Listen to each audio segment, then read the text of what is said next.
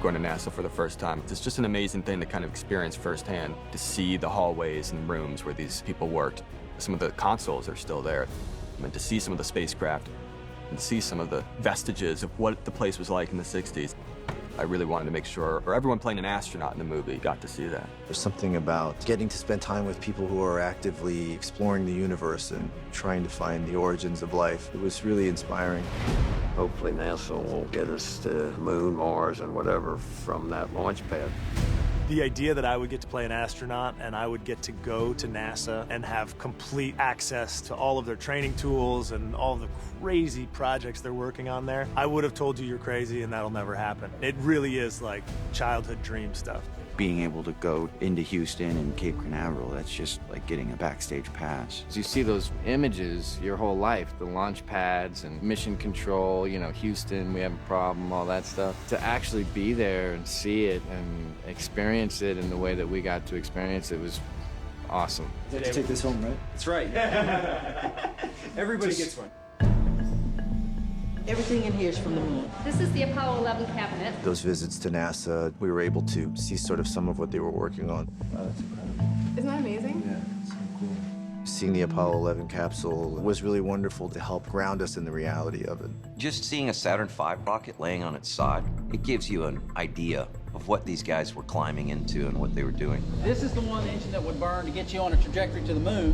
When I was first cast in this, the thing I was most excited about was actually going to space camp. You know, since I was a kid, I wanted to do that. It allows the crew members to work together in an environment that's not natural for them. We did these tests, all these things that the astronauts do themselves, where they were all training. I mean, it's amazing. You're gonna go full forward to max. Do I use the trim for this, or I Yeah, just... you can use the trim. We did a bunch of time on the pogo training apparatus. Pogo is the one where you're standing upright and you're in the harness, and it basically simulates what it feels like to walk on the moon. All right, so you are on the moon now. It's a good time to show off with the one-handed push-ups.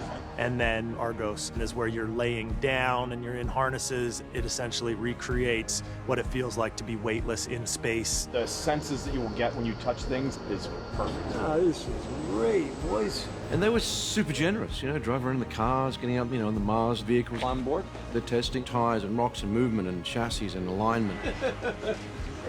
A rover like this will be suitable for Moon or Mars. So what would it take to roll this? We got it rated about 52 degrees. It was awesome. Like the little car that goes every direction possible. That was a great first step into the NASA world. We're good to go.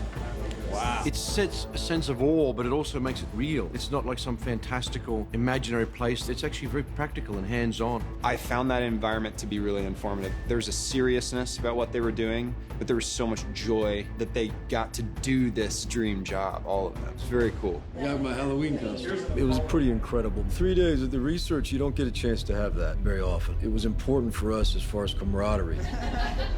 It was amazing, the people we got to meet, the personal stories, people who were there on the day. These are things that you just can't make up. He turned to me and I looked at him and we did one of these. Well, why not?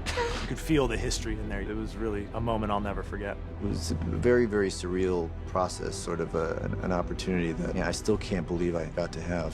It's really one of the greatest privileges I've ever had.